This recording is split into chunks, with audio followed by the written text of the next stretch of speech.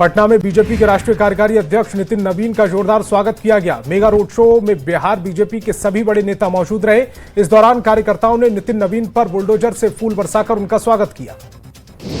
पटना पहुंचे नितिन नवीन ने जनता का आभार जताया। संबोधित करते हुए कहा है कि पंचायत से पार्लियामेंट तक सब भगवा हो गया है। प्रधानमंत्री मोदी का सपना पूरा हो गया। नितिन नवीन ने राहुल गांधी पर जमकर हमला बोला। उन्होंने कहा कि राहुल बाबा देश को बदनाम करते हैं, ऐसे लोगों को सजा देने का वक्त आ गया। नितिन नवीन ने राज्यपाल आरिफ मोहम्मद खान और सीएम नीतीश कुमार से भी मुलाकात की। पहले राजभवन पहुंचकर राज्यपाल से मिले, फिर सीएम से मिलने उनके आवास पहुंचे। झारखंड में एसटी समाज की तुलना में एससी वर्ग के लोगों को लाभ और अधिकारों से वंचित किया जा रहा है। इस मुद्दे को लेकर बीजेपी ऑफिस में पूर्व नेता प्रतिपक्ष अमर बाउरी ने सरकार पर जोरदार हमला बोला। उन्होंने वित्त मंत्री राधाकृष्ण किशोर के पत्र का हवाला दिया, जिसमें एससी समाज की हालत एसटी से भी बदतर बताई गई। उन्होंने एससी समाज को मुफ्त इंजीनियरिंग और मेडिकल की कोचिंग नहीं देने पर सवाल उठाए। अमर बाउरी के बयान पर कांग्रेस प्रवक्ता राकेश सिन्हा ने पलटवार किया। उन्होंने पूछा कि नेता प्रतिपक्ष रहने के दौरान अमर बाउरी को एससी वर्ग का ख्याल क्यों नहीं आया। अगर राज्य में एससी वर्ग की हालत खराब है तो केंद्र से वो संपर्क क्यों नहीं करते।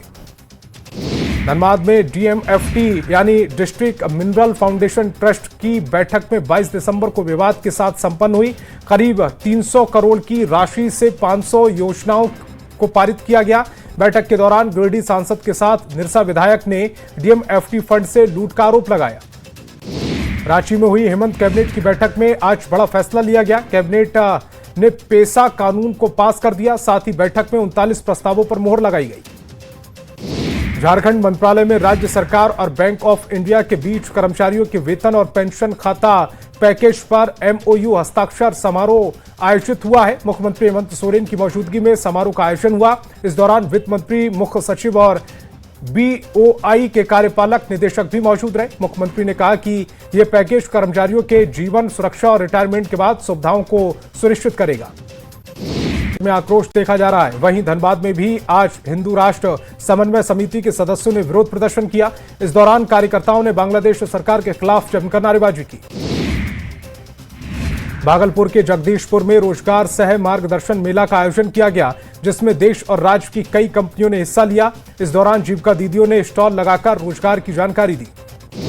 मोतिहारी में सड़क दुर्घटना और बढ़ती जा रही है, जिसको लेकर जागरूकता अभियान चलाया गया। इस दौरान ट्रैफिक पुलिस ने नुक्कड़ नाटक के जरिए लोगों को यातायात नियमों का पालन करने का संदेश दिया। साथ ही लोगों से बिना हेलमेट की गाड़ी न चलाने की अपील की।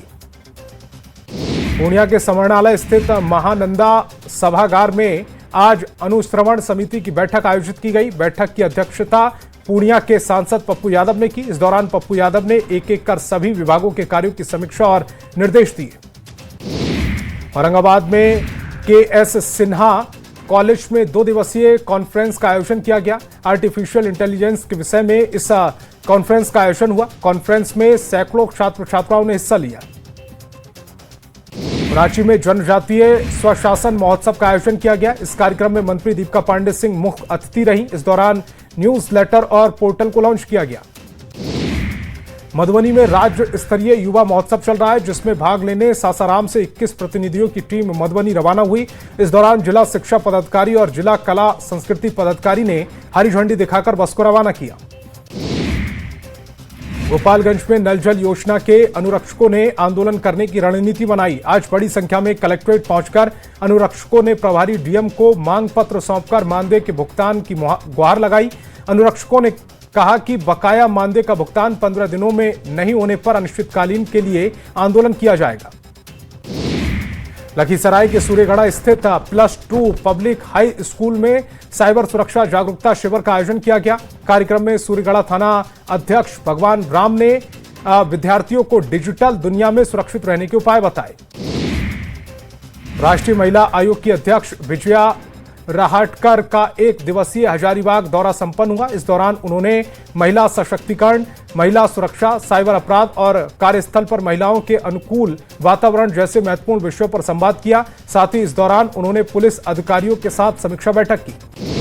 गुमला में 30 दिसंबर को राष्ट्रपति द्रौपदी मुर्मू का दौरा प्रस्तावित है, जिसे लेकर उपायुक्त सह जिला दंडाधिकारी ने एसपी ने समाहरणालय में एक महत्वपूर्ण समीक्षा बैठक आयोजित की। बैठक में राष्ट्रपति के दौरे से संबंधित सुरक्षा व्यवस्था, यातायात प्रबंधन जैसे तमाम बिंदुओं पर चर्चा की गई।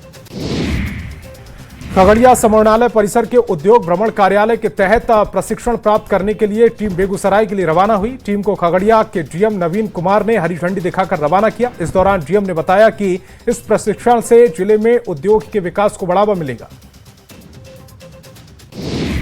दानापुर के भूतनाथ मंदिर में ईस्टर्न रेलवे पेंशन की ओर से वार्षिक सभा का आयोजन किया गया। इस आयोजन में करीब 200 से ज्यादा लोगों ने हिस्सा लिया। आयोजन के बारे में महासचिव सुरेश विश्वकर्मा ने बताया कि हम पेंशनरों के लिए काम कर रहे हैं और आने वाले समय में हम लोग मांग कर रहे हैं कि पेंशनर को 5% तक वार्षिक ड्यूटी किया जाए।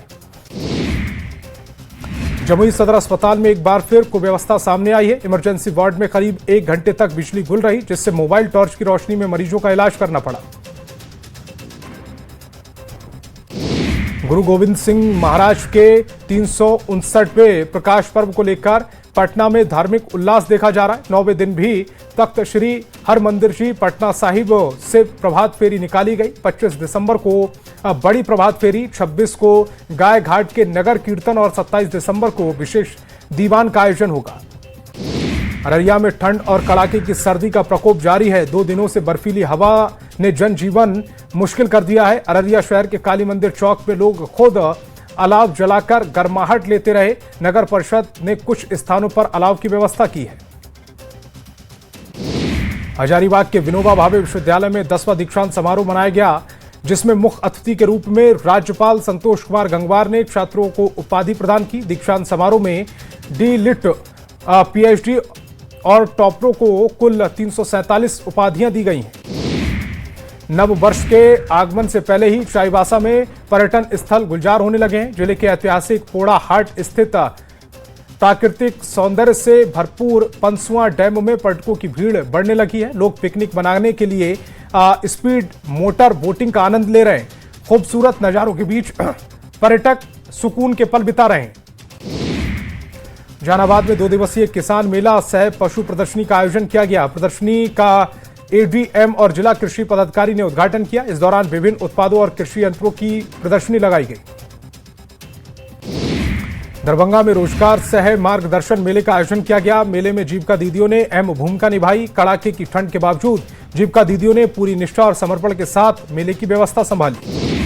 दरभंगा में 2 दिवसीय किसान मेला सह प्रदर्शनी का शुभारंभ किया गया। कार्यक्रम का उद्घाटन संयुक्त निदेशक संजय नाथ तिवारी समेत अन्य अधिकारियों ने दीप प्रज्वलित कर किया। इस दौरान किसानों को आत्मा योजना और बिहार कृषि ऐप की जानकारी दी गई। बांका में कड़ाके की ठंड से जीवन पूरी तरह से प्रभावित है। लोगों का घर से बाहर निकलना मुश्किल हो रहा है।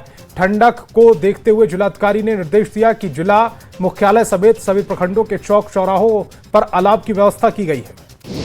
मोतिहारी पुलिस लाइन में नवनियुक्त पुलिसकर्मियों को शारीरिक, मानसिक और आधुनिक तकनीक की जानकारी दी गई। साथ ही सभी प्रदर्शनकारियों को इंडोर प्रशिक्षण भी दिया गया। धनबाद के विभिन्न क्षेत्रों में बीसीसीएल के खिलाफ जेएमएम ने आक्रोश मार्च निकाला। इस दौरान कार्यकर्ताओं ने हाथ में तख्तियां लेकर बीसीसीएल और केंद्र सरकार के खिलाफ जमकर नारेबाजी की। गुमला में नए साल को लेकर लोगों में उत्साह देखा जा रहा है। ऐसे में घूमने के लिए गुमला का सीसी कतरी डैम लोगों की पहली पसंद बना हुआ है। पर्यटकों को डैम के आसपास के खूबसूरत नजारे लुभा रहे हैं। जामताड़ा में 24 दिसंबर को किसान मेला सह उद्यान प्रदर्शनी का आयोजन किया जाएगा। इस मेगा इवेंट में झारखंड विधानसभा अध्यक्ष रविन्द्रनाथ महतो, स्वास्थ्य मंत्री डॉक्टर इरफान अंसारी शामिल होंगे। कार्यक्रम को लेकर जिला कृषि पदाधिकारी ने तैयारियों का निरीक्षण किया। खबर सासाराम में अतिक्रमण के खिलाफ जिला प्रशासन ने सख्त कार्रवाई की। नगर निगम और यातायात पुलिस की संयुक्त टीम ने पोस्ट ऑफिस चौराहा पर बुलडोजर कार्रवाई की। बुलडोजर से फुटपाथ पर लगी सैकड़ों दुकानों को हटाया गया।